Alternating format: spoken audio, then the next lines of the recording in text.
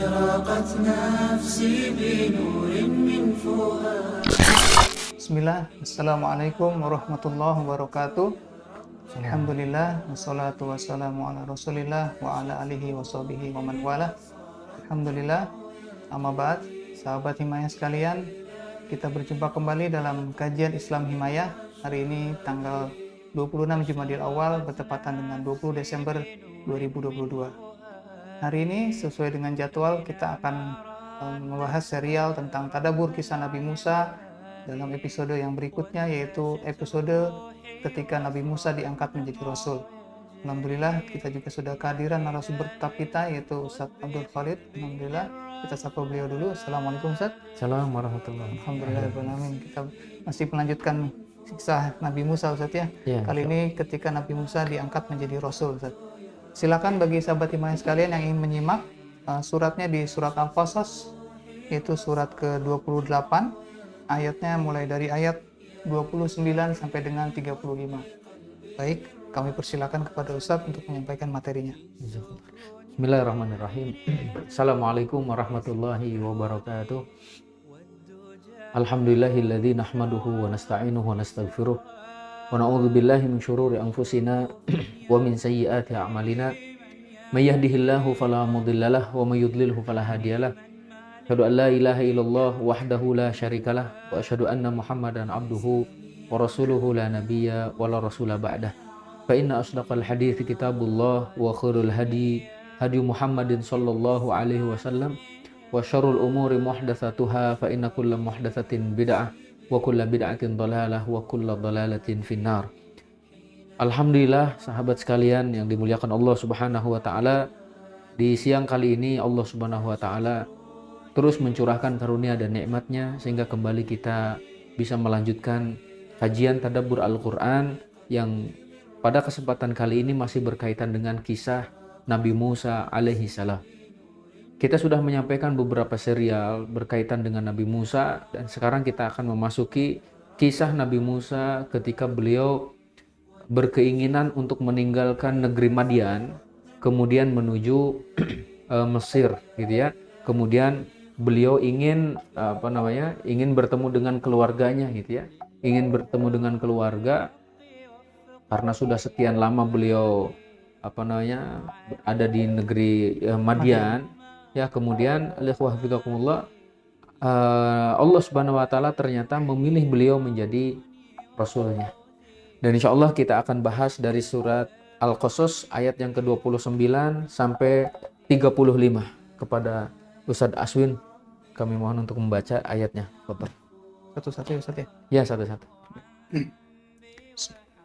A'udzu billahi minasy syaithanir rajim. فلما قضى موسى الأجل وسار بأهله آنس من جانب الطور نارا قال لأهلهم كثوا إني آنست نارا لعلي آتيكم منها بخبر أو جذوة من النار لعلكم تصطلون. Maka ketika Musa telah menyelesaikan waktu yang ditentukan itu, dan dia berangkat dengan keluarganya, dia melihat api di lereng gunung. Dia berkata kepada keluarganya, "Tunggulah di sini, sesungguhnya aku melihat api. Mudah-mudahan aku dapat membawa suatu berita kepadamu dari tempat api itu, atau membawa sepercik api agar kamu dapat menghangatkan badan."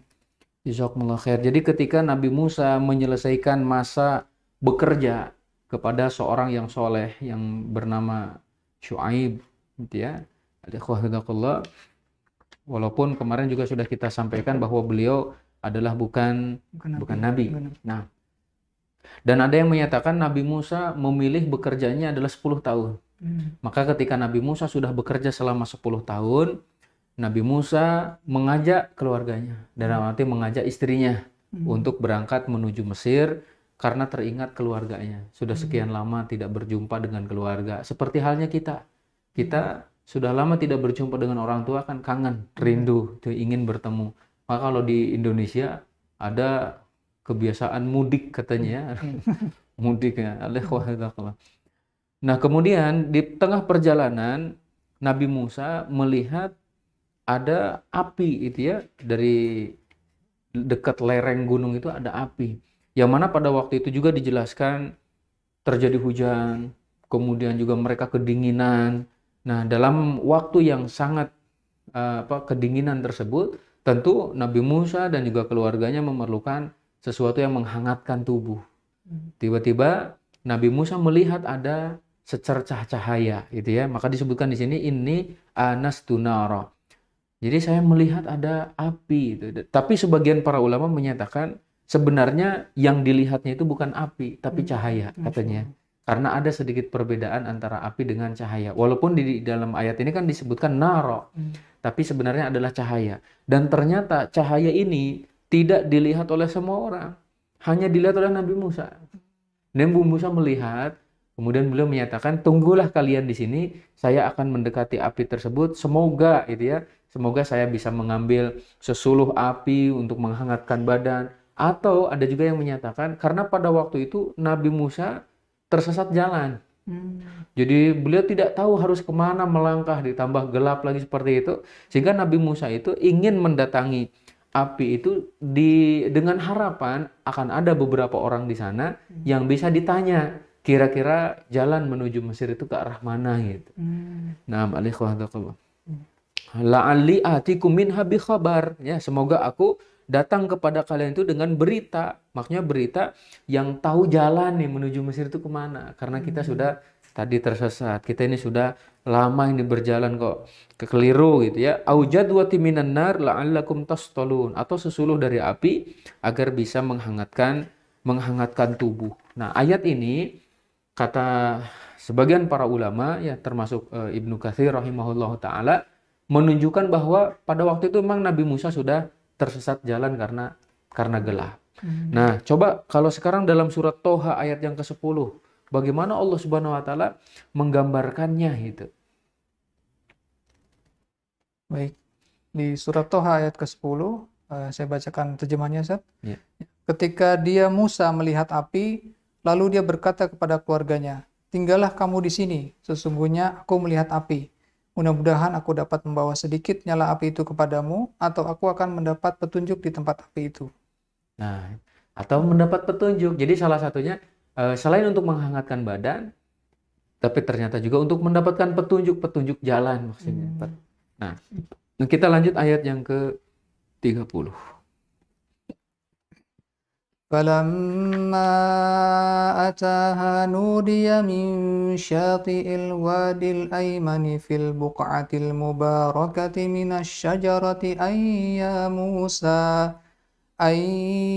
مُوسَى إِنِّي أَنَا اللَّهُ رَبُّ الْعَالَمِينَ.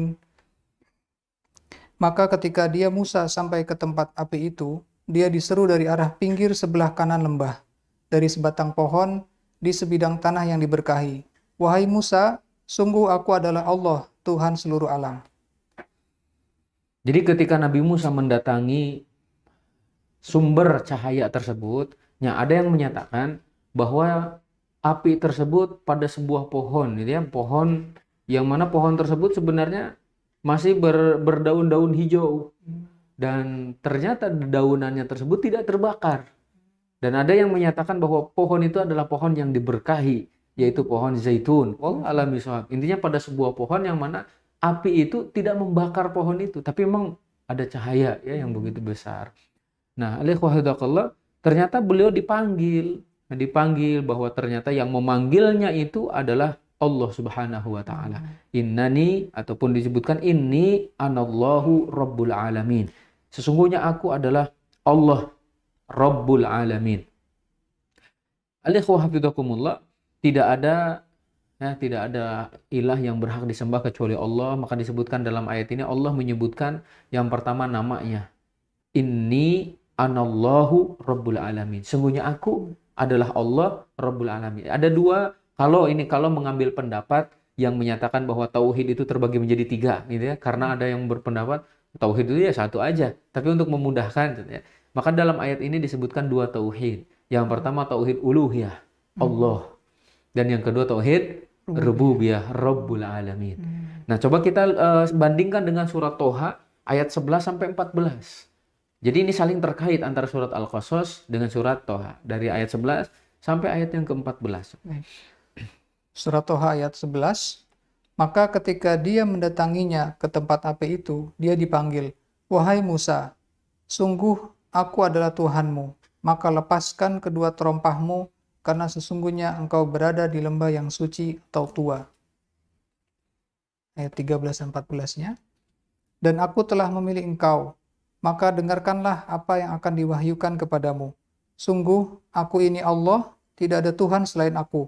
Maka sembahlah aku dan laksanakanlah sholat untuk mengingat aku."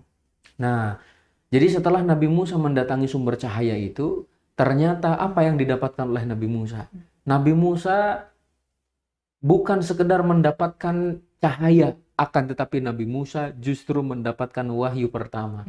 Masya Allah. Ini anallah kalau dalam surat Al-Qasas. Kalau tadi innani anallah. Atau sebelum ayat tersebut Allah menyatakan gimana itu? Walaqad ikhtartuka itu ya. Jadi aku ini telah memilihmu wahai Musa. Fastami' lima yuha. Maka coba dengarkan apa yang akan disampaikan kepada engkau. Mulailah dari sini Nabi Musa diangkat menjadi nabi, menjadi rasul. Ini adalah wahyu yang disampaikan pertama kepada Nabi Musa. Nah, ikhwah hafizakumullah. Jadi dari ayat ini pun kita mengambil beberapa pelajaran, di antaranya bahwa rahmat Allah Subhanahu wa taala kepada seorang hamba itu lebih luas daripada kasih sayang seseorang terhadap dirinya sendiri. Contoh, kita ataupun dalam ayat ini Nabi Musa mengatakan kepada istrinya, "Saya akan mencari api untuk menghangatkan badan kita." Itu kan berarti cinta terhadap kita, ingin menjaga kondisi fisik kita agar senantiasa fit, senantiasa sehat. Begitu juga dengan keluarganya. Tapi kehendak dari Allah jauh lebih daripada itu. Allah memberikan kenabian dan kerasulan kepada Nabi Musa alaihi salam. Pelajaran yang selanjutnya bahwa kenabian ataupun kerasulan itu tidak digapai dengan banyaknya ibadah, tidak digapai dengan usaha seseorang, intinya itu. Tapi kerasulan itu adalah pilihan dari Allah. Allah memilih siapa yang paling berhak di antara manusia untuk menjadi rasul, menjadi nabi. Jadi tidak bisa kalau ada orang-orang langsung menyatakan saya adalah utusan Allah, saya adalah saya adalah pilihan Allah contohnya ya. Nah, itu tidak sembarangan seperti itu. Allah Subhanahu wa taala yang memilih. Wa rabbuka yakhluqu ma yasha wa yakhtar. Tuhanmu memilih apa yang dikehendaki, kemudian menciptakan apa yang dikehendaki, kemudian memilihnya. Jadi memilih dari sekian banyak manusia menjadi rasul. Dari sekian rasul menjadi ulul azmi. Dari ulul azmi ada yang dipilih menjadi al-khullah, yaitu adalah kekasihnya, yaitu Nabi Muhammad dan Nabi Ibrahim alaihi salam. Nah, ketika melihat hal tersebut, ternyata Nabi Musa diajak bicara oleh Allah. Lepaskan terompahmu, sungguhnya engkau berada di tempat yang mulia, yaitu tua. Ya, sesungguhnya aku adalah Allah. Maka dengarkan itu ya, ataupun juga Allah menyatakan yang selanjutnya itu adalah aqimis sholata lidzikri itu ya. Jadi dirikanlah sholat untuk mengingatku. Nabi Musa ada yang menyatakan beliau ketakutan mendengar hal tersebut. Tapi juga ikhwah hafizakumullah bahwa Nabi Musa juga yakin bahwasanya yang berbicara dengannya adalah Allah Subhanahu wa taala. Nah, coba ikhwah hafizakumullah ketika Nabi Musa menghadapi hal tersebut, Allah Subhanahu wa taala melanjutkan di ayat yang ke-31-nya, coba. Wa an alqi asak falamma ra'aha tastazzu ka'annaha jannu walla mudbiran wa lam yu'aqib ya Musa aqbil wa la takhaf innaka minal aminin. Dan lemparkanlah tongkatmu. Maka ketika Musa melihatnya bergerak-gerak seakan-akan seekor ular yang gesit, dia lari berbalik ke belakang tanpa menoleh. Allah berfirman, "Wahai Musa, kemarilah dan jangan takut, sesungguhnya engkau termasuk orang yang aman." Allah Subhanahu wa taala memerintahkan kepada Nabi Musa, "Hai Musa, lemparkan tongkatmu." Nah, "Hai Musa, lemparkan tongkatmu." Ini berarti Nabi Musa pada waktu itu bawa tongkat. Nah, yang menjadi pertanyaan sebagian orang dan pertanyaan itu tidak bermanfaat. Terbuat dari apa tongkat Nabi Musa? Nah, ini nggak bermanfaat sama sekali. Jadi kalaupun kita mencari-cari ya sampai mengetahui terbuat dari apa tongkat Nabi Musa, nggak bermanfaat Bapak sekalian. Entah itu dari pohon jati, bambu, mengkudu, ya, jambu dan sebagainya, nggak perlu tahu. Yang penting Nabi Musa membawa tongkat pada waktu itu. Allah menyatakan lemparkan tongkatmu wahai Musa. Ketika dilemparkan ternyata berubah menjadi ular gitu ya yang bergerak-gerak. Nah, coba kita lihat dulu surat Toha ayat 17 sampai 21-nya. Ini kaitannya menjelaskan bahwa memang Nabi Musa membawa tongkat dan ketika dilemparkan berubah menjadi ular. Coba. Surat Toha ayat 17 sampai 21. Dan apakah yang ada di tangan kananmu wahai Musa? Dia Musa berkata, ini adalah tongkatku. Aku bertumpu padanya dan aku merontokkan daun-daun dengannya untuk makanan kambingku. Dan bagiku masih ada lagi manfaat yang lain. Allah berfirman, lemparkanlah ia wahai Musa. Lalu Musa melemparkan tongkat itu, maka tiba-tiba ia menjadi seekor ular yang merayap dengan cepat. Allah berfirman, peganglah ia dan jangan takut, kami akan mengembalikannya kepada keadaannya semula. Dan ya cukup. Nah, Allah Subhanahu wa taala bertanya, "Wa ma tilka biyaminika ya Musa?" Itu di tangan kananmu itu apa wahai Musa? Tentu Allah lebih tahu. Allah lebih tahu ya. Nabi Musa menyatakan, hiya asaya atawakka'u 'alaiha wa ahushu biha 'ala ghanami wa liya fiha ma'aribu ukhra. Pertanyaannya berapa? Satu. Jawabannya banyak. Karena Nabi Musa ingin ngobrol dengan Allah Subhanahu wa taala. Kemuliaan Nabi Musa langsung berbicara dengan Allah. Karena itu Nabi Musa memperpanjang jawabannya. Apa itu di tangan kanan wahai Musa? Ini tongkat kan cukup. Tapi kata Nabi Musa, hiya asa, ini tongkatku ya Allah. Kemudian juga disebutkan atawakka'u 'alaiha, aku bersandar kepadanya, wa ahushu biha 'ala ghanami, aku merontokkan dedaunan dengannya. Jadi kalau tongkat kan di ujungnya itu biasa ada melengkung gitu ya. Nah, biasa untuk ngambil daun itu didekatkan kepada hewan atau dirontokkan sama sekali itu. Nah, kemudian juga waliya ma'aribu ukhra, dan juga ada manfaat lain selain daripada itu. Diperintahkan oleh Allah untuk dilemparkan, ternyata ketika dilemparkan berubah menjadi ular yang bergerak begitu cepat. Nah, ini mukjizat ya diberikan oleh Allah Subhanahu wa taala kepada Nabi Musa sebelum nanti diperintahkan untuk bertemu dengan Firaun ya, untuk berdakwah kepada Firaun. Nah, disebutkan tadi ketika dilemparkan maka berubah menjadi ular gitu ya. Maka Nabi Musa itu lari. Ya, lari dan tidak melihat ke belakang gitu. Ya, walla mudbira walam yu'aqib. Nabi Musa itu lari tidak menoleh lagi ke belakang karena takutnya melihat perkara tersebut. Ibarat kita nih kalau ketakutan kan lari aja udah gitu. Nah, ini Nabi Musa lari tapi ternyata dipanggil lagi oleh Allah Subhanahu wa taala ya. Ya Musa aqbil wala takhaf. Wahai Musa, kemari, janganlah engkau takut. Ini udah ada berapa? Ya, yang pertama ada perintah aqbil, kemari. Jangan pergi, kemari. Yang kedua larangan, jangan takut. Bisa jadi, ketika itu Nabi Musa, kalau contohnya sudah dibilang, la takhaf, bisa jadi beliau tidak merasa takut. Tapi ada sesuatu hal yang sangat-sangat diinginkan. Selain rasa takut, adalah beliau ingin mendapatkan keamanan. Maka Allah menyatakan, innaka minal aminin. Kamu aman. Nah, Masya Allah. Kemari, jangan takut, kamu aman. Kamu tidak akan digigit, kamu tidak akan mendapatkan madarat darinya gitu. Bahkan sampai Allah Subhanahu wa taala juga tadi menyatakan kami akan mengembalikannya ke keadaannya semula. Nah, dari ayat ini kita mengambil pelajaran bahwa Allah Subhanahu wa taala menguatkan Nabi Musa alaihissalam sebelum diangkat menjadi rasul dengan beberapa mukjizat. Ya, di sini kan yang langsung terlihat adalah tongkat yang berubah menjadi ular. Dan nanti setelahnya ada lagi mukjizat yang diberikan kepada beliau. Rasulullah SAW juga menyatakan tidak ada seorang nabi pun yang dikirim atau diutus oleh Allah kecuali Allah memberikan kepadanya ayat, memberikan kepadanya mukjizat yang dengannya manusia itu akan beriman. Nah, mukjizat Nabi Musa salah satunya ini. Dan nanti ada 9 mukjizat Nabi Musa. Ya, kalau mukjizatnya Nabi Muhammad SAW ada berapa? Nah, ternyata setelah dihitung-hitung itu, ada yang menyatakan lebih dari 1000. Banyak sekali mukjizat Nabi Muhammad SAW. Bahkan juga ada yang menyatakan tidak ada seorang nabi yang diberikan mukjizat kecuali Nabi Muhammad SAW mendapatkan yang serupa atau bahkan lebih mulia. Masya Allah. Itu pelajarannya. Kemudian juga tadi ada yang terlewat ketika Allah Subhanahu wa taala menyatakan memanggil Nabi Musa, "Ayya Musa, inni anallahu rabbul alamin." Wahai Musa, sungguhnya aku adalah Allah Rabbul alamin.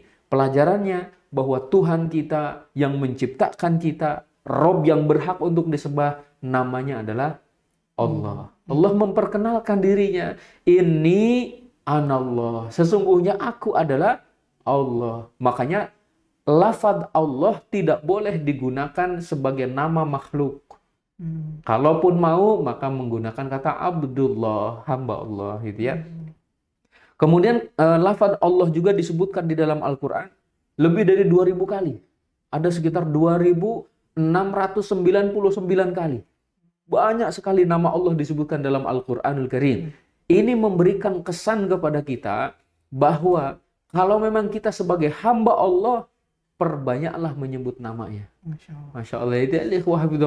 Bahkan di dalam berdoa pun, kalau mau berdoa, sebutlah nama Allah Subhanahu wa ta'ala. Ya Allah, ataupun Allahumma, atau juga kita sebut dengan nama-nama yang lain. Dan Allah memiliki nama dan sifat, contohnya Ya Hayyu, Ya Qayyum. Tapi semua nama tersebut bermuara kepada Allah. Jadi Allah punya banyak nama, tapi ya tidak bisa dibalik. Contohnya gini, Al-Hayyu Al-Qayyum adalah nama Allah, tapi tidak bisa dikatakan Allah adalah nama dari Al-Hayyu dan Al-Qayyum. Itu tidak bisa.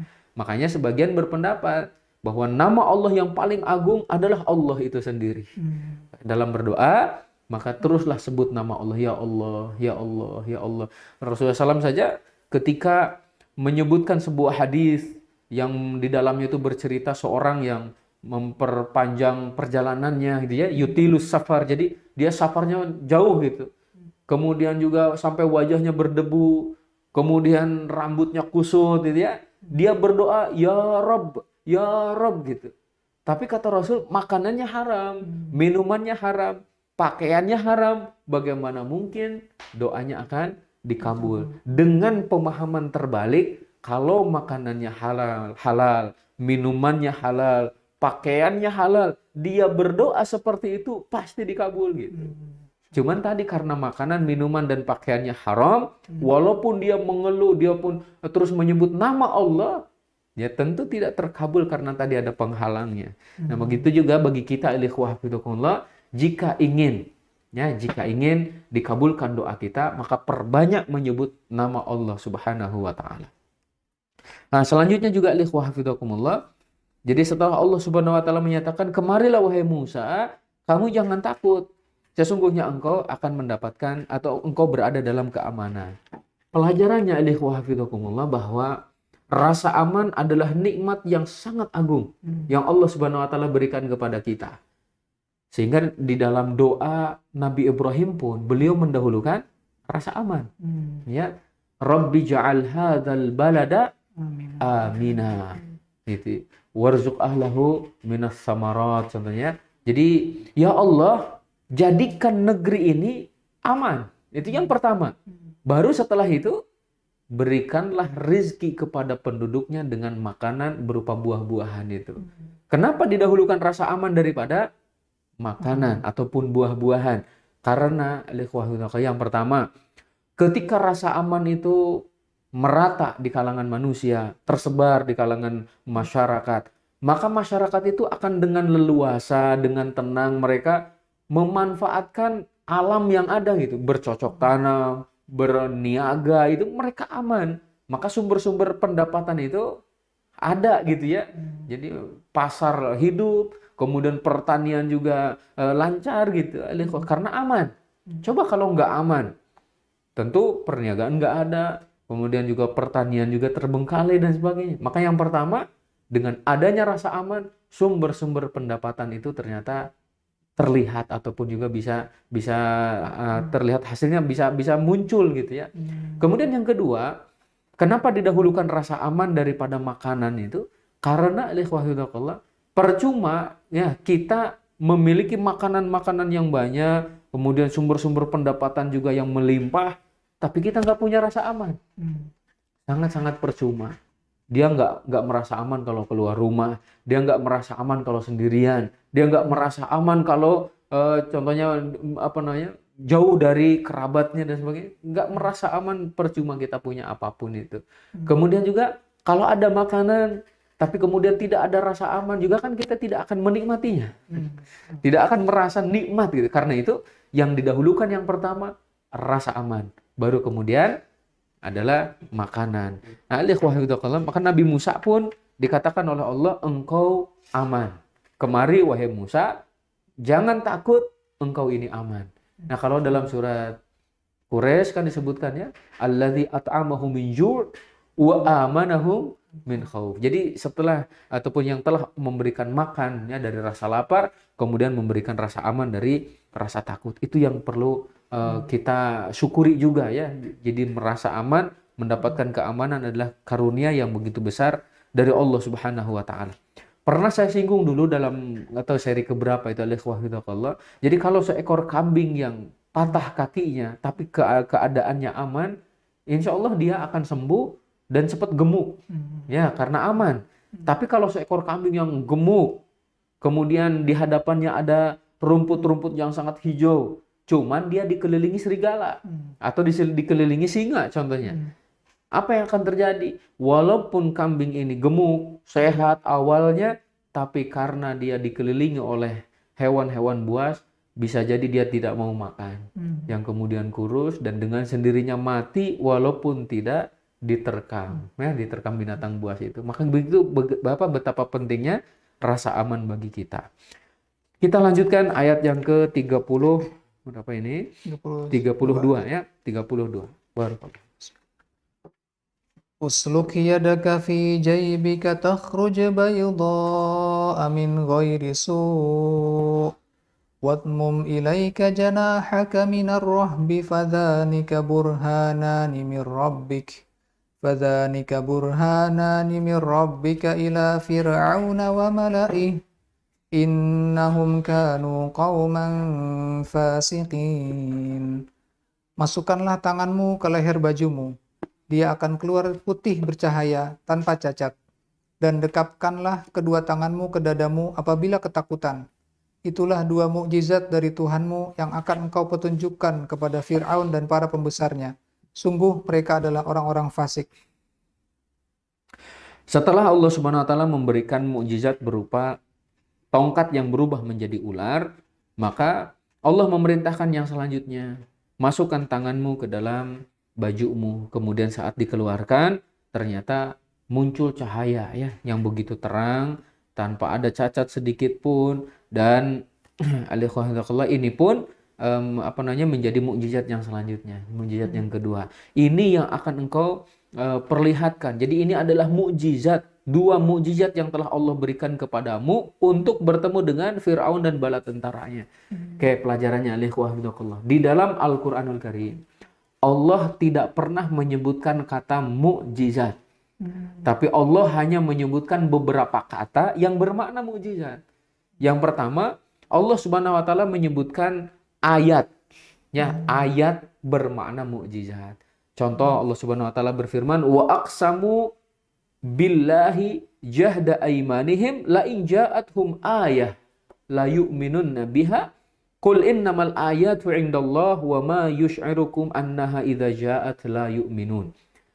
Jadi ketika mereka itu bersumpah dengan sungguh-sungguh ya bahwa mereka itu akan menolak ataupun berpaling, bahwa mereka jika datang, ya, jika kalian datang wahai para rasul dengan sebuah ayat, maka kami akan beriman, kata mereka itu. Kami benar-benar akan beriman kepadanya. Akan tetapi katakanlah bahwa ayat tersebut, mukjizat tersebut datangnya dari Allah Subhanahu wa taala. Lalu bagaimana jika ternyata mukjizat itu didatangkan, kalian tetap saja tidak beriman? Maka dalam ayat ini Allah menyebut mukjizat dengan kata ayat, ya, dengan kata ayat. Kemudian yang kedua, Allah Subhanahu wa taala menyebutkan dengan kata bayyinah. Nah, dengan kata bayyinah, Allah menyatakan qad ja'atkum bayyinatun mir rabbikum. Hadhihi naqatullahi lakum ayah. Ini malah dua ini disebutkan dalam ayat ini. Ketika Nabi Soleh ditanya oleh kaumnya itu, coba datangkan kepada kami mukjizat kalau engkau benar. Ternyata disebutkan itu Allah, mukjizat Nabi Soleh pada waktu itu adalah naqatullah. Ini adalah unta milik Allah Subhanahu wa taala. Bayyinatum mir rabbikum, qad ja'atkum bayyinatum mir rabbikum. Telah datang kepada kalian bayyinah, mukjizat dari Tuhan kalian. Hadhihi naqatullahi lakum ayah. Ini nih unta milik Allah sebagai mukjizat. Jadi ada bayyinah, ada ayat. Dalam ayat ini dua hal yang disebutkan. Yang ketiga, Allah Subhanahu wa taala menyebutkan kata burhan. Nah, burhan bermakna mukjizat. Dalam ayat ini Allah menyatakan fadzanika burhanani mir rabbika ila fir'auna wa malaihi. Itu adalah dua mukjizat yang Allah berikan kepadamu untuk engkau perlihatkan kepada Fir'aun dan bala tentaranya. Jadi burhan. Kemudian terkadang Allah Subhanahu wa taala menyebutkan mukjizat itu adalah dengan sultan. Dengan sultan. Allah menyatakan dalam surat Ibrahim, ya, ayat yang ke-10 contohnya.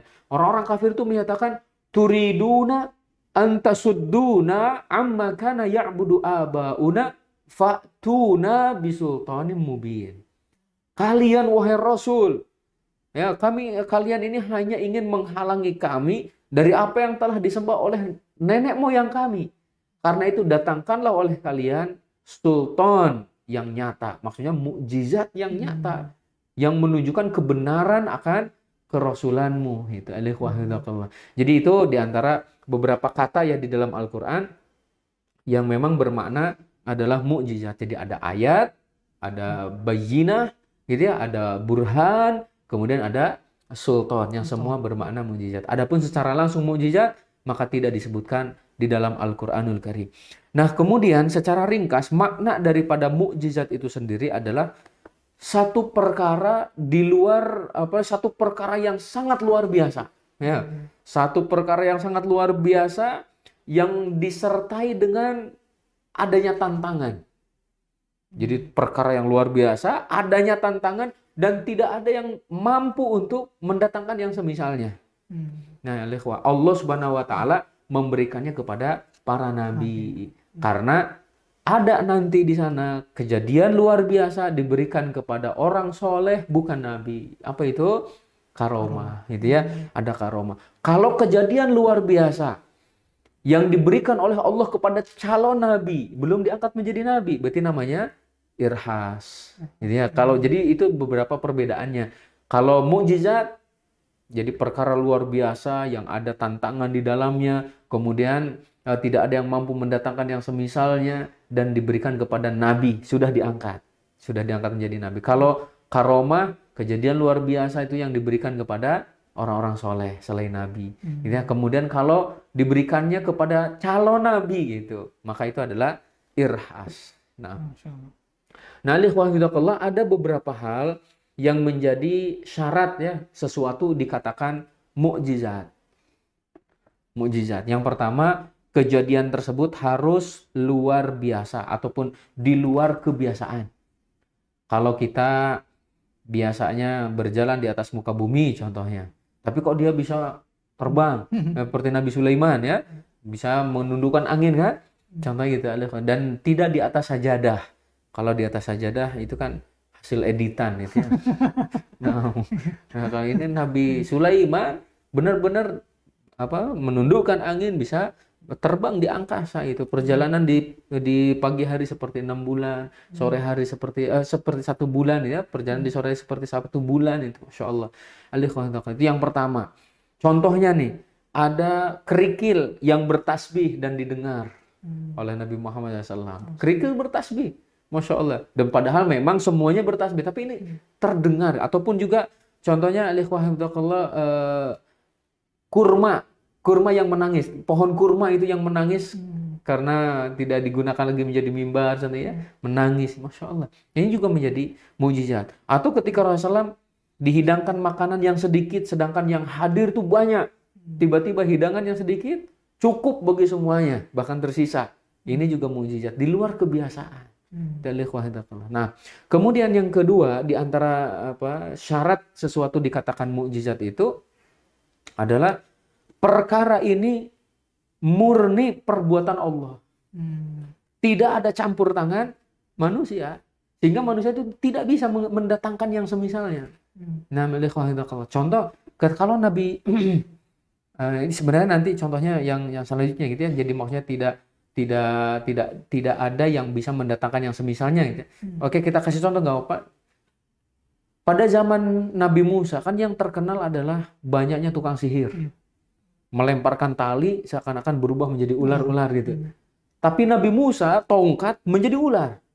Apakah sama itu? Yang satu tali seakan-akan berubah menjadi ular yang bergerak-gerak, tapi Nabi Musa tongkat benar-benar berubah menjadi ular.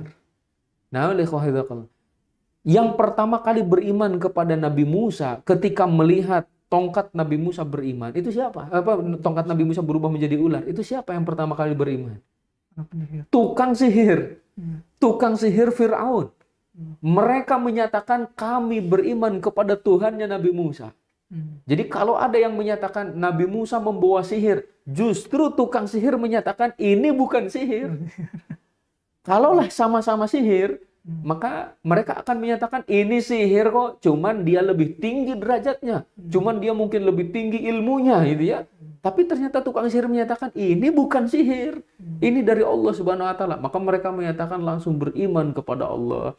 Sampai di teror ataupun diancam untuk dibunuh pun mereka menyatakan faqdi ma anta qadin innama taqdi hadhil hayati dunya. Kalau engkau hai Firaun mau memutuskan perkara, putuskan saja. Karena kamu hanya bisa memutuskan perkara di dunia, kata tukang sihir itu ya. Adapun engkau tidak bisa memisahkan kamilah dengan keimanan, mungkin seperti itu ya, salah satu pelajarannya kan, masya Allah. Jadi tukang sihir pun menyatakan bahwa ini bukan sihir dan ini benar-benar mukjizat yang hanya Allah yang bisa mengerjakannya. Itu yang membuatnya. Nah, kemudian juga contohnya yang selanjutnya juga ya. Yang ketiga nih, syarat sesuatu dikatakan mukjizat itu adalah tidak ada yang mampu memang mendatangkan yang semisalnya. Jadi kalau tadi memang benar-benar perbuatan Allah, nah yang ketiga adalah dia tidak ada yang mampu mendatangkan yang semisalnya. Itu tadi contohnya mirip-mirip ataupun saling berkait. Kemudian yang keempat, jadi apa yang diungkapkan oleh Nabi berkaitan dengan sesuatu yang luar biasa itu sesuai dengan yang dia sampaikan. Jadi maksudnya contohnya gini. Ada orang sakit, kata utusan Allah, insya Allah dengan izin Allah orang ini akan langsung sembuh. Ternyata benar-benar sembuh gitu. Orang buta diusap langsung melihat.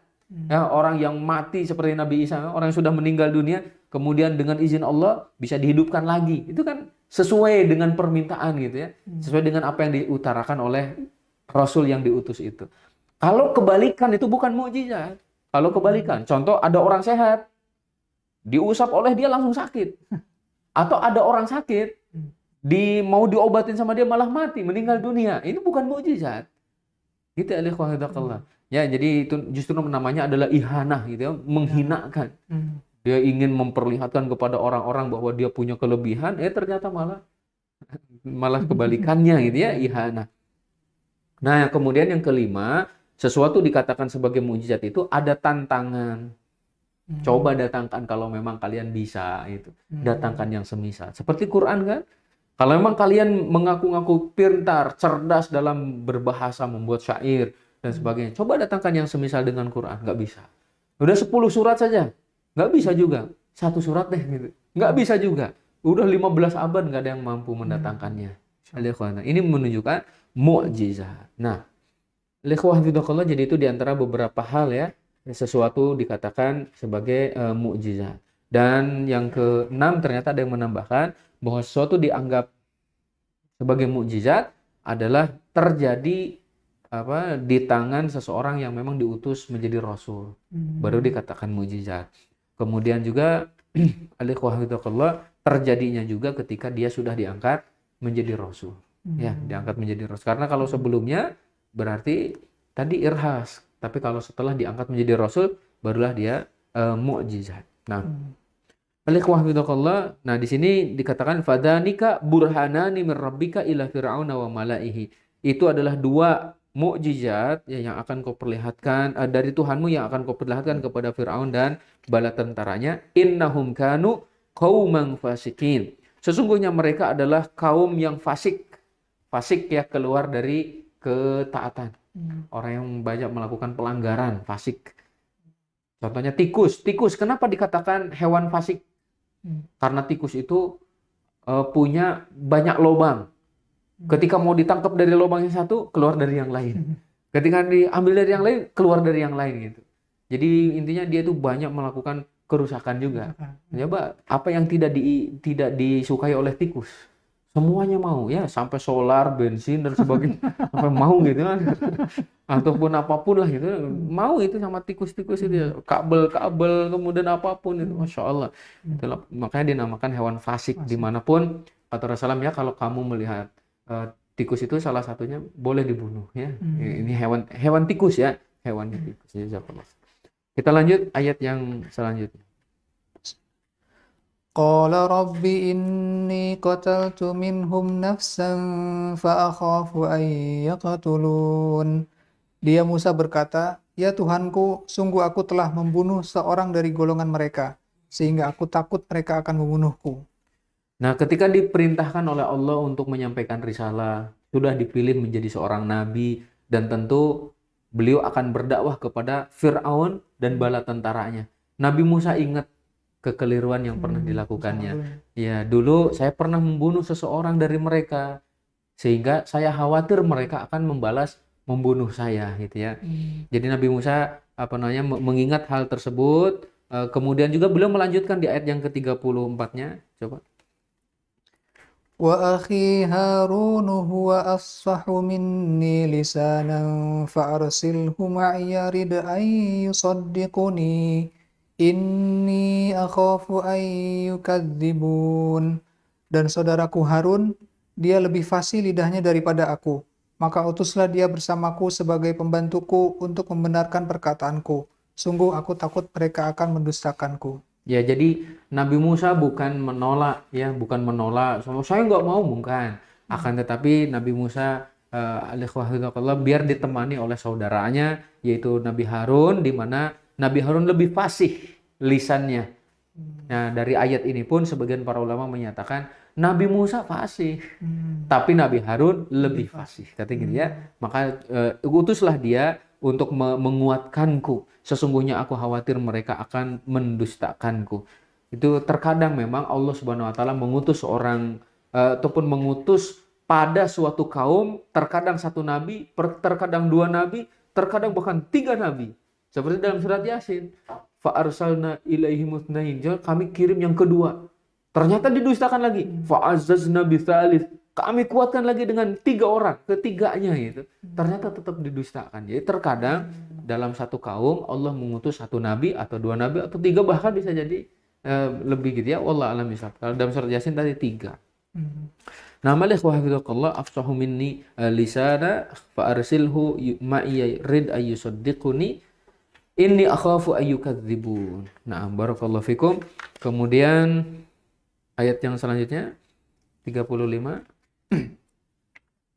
Qala sanashuddu adudaka bi akhika wa naj'alu lakuma sultanan fala yasiluna ilaikuma bi ayatina antuma wa manittaba'akumal ghalibun.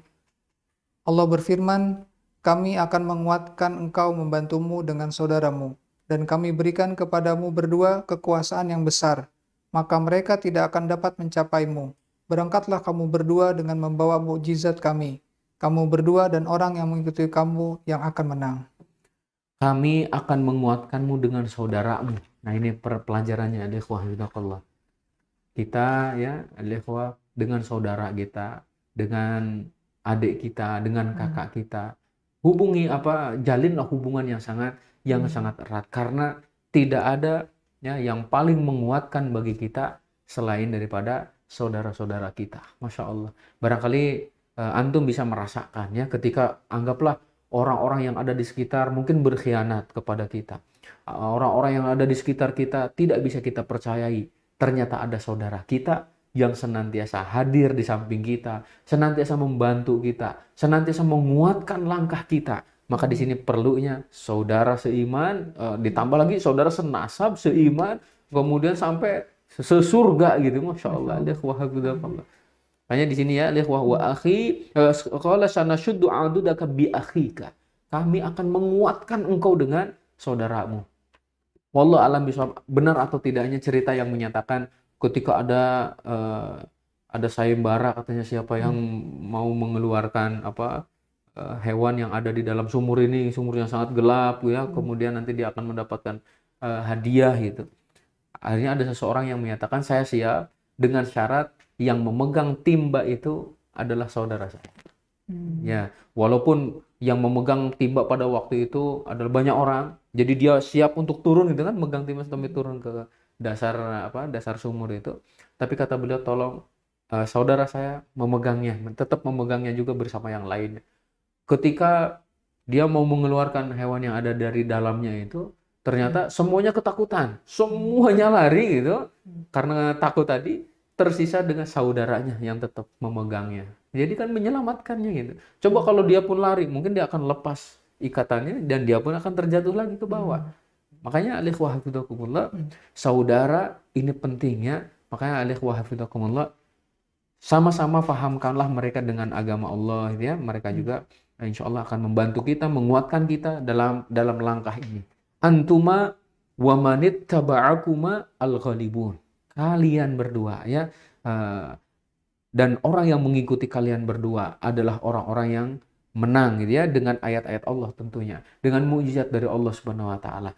Pelajarannya ikhwah, selama kita bersama Allah, sekuat apapun musibah yang menimpa, Allah akan memberikan solusi. Sebanyak apapun musuh yang kemudian merintangi dakwah kita, maka ingat, antuma wa manittaba'akumal ghalibun. Masya Allah. Karena kita bersama Allah, maka kita insya Allah akan menang.